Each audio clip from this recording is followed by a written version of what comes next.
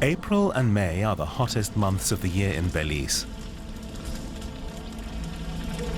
It's a time when many farmers set fire to their land, a tradition that dates back to ancient times. It destroys biodiversity, it destroys the soil, it can destroy crops, it can destroy communities. It's just so destructive. It's not the best way to practice agriculture. Known as slash and burn, the fires actually make the earth fertile for a short time because plant remains fall to the ground and mix with the otherwise barren soil. But the fires also release huge amounts of carbon dioxide into the atmosphere.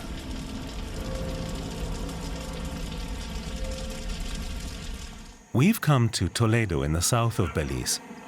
The district is home to the indigenous Kichi Maya, who trace their roots back to the ancient Maya. They've kept many of their forefathers' traditions, including slash and burn agriculture. In the past, it was more sustainable because farmers only cultivated enough land to feed their families. My ancestors knew what it was to protect nature. They knew that. They were one with nature.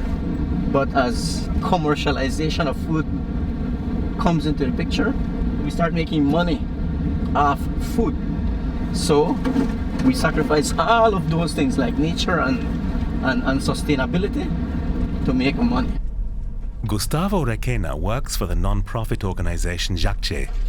The NGO is working with local farmers to introduce methods that are more sustainable for our modern times. How we reach there?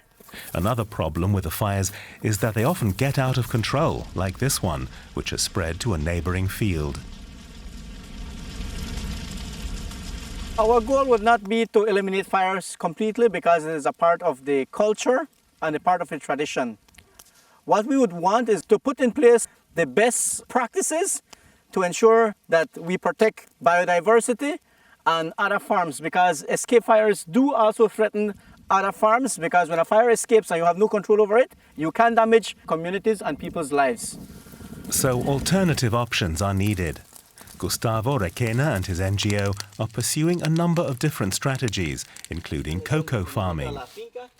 In a protected forest area, which Jacche has the right to use, smallholder farmers are being taught how to grow organic cocoa. That gives them an income without having to damage the forest. Because the cocoa plants actually need the shade of the other trees in order to grow properly.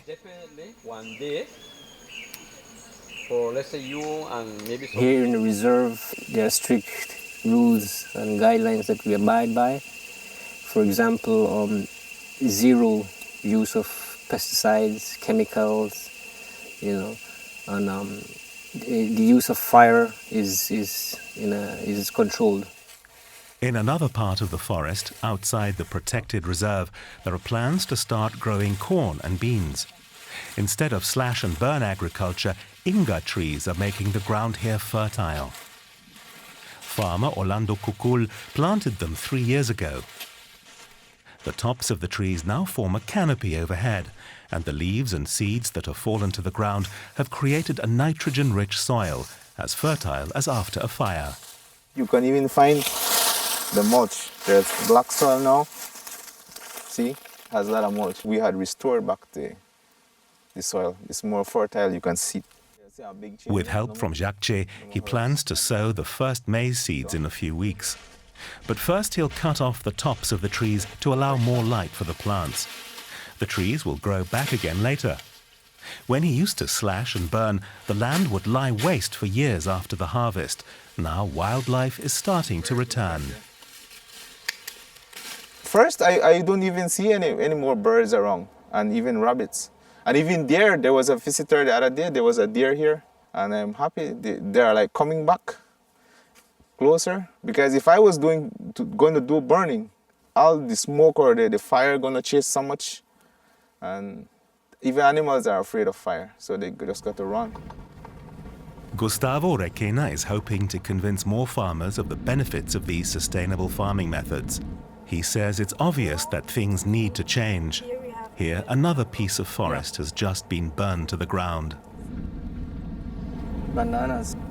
Of course, I do feel saddened when I look at it, but I also feel proud because it shows that if I don't do it and if my organization doesn't do it, if my colleagues don't do it, then who else is going to do it? So it gives me a sense of pride to know that we are doing the right thing.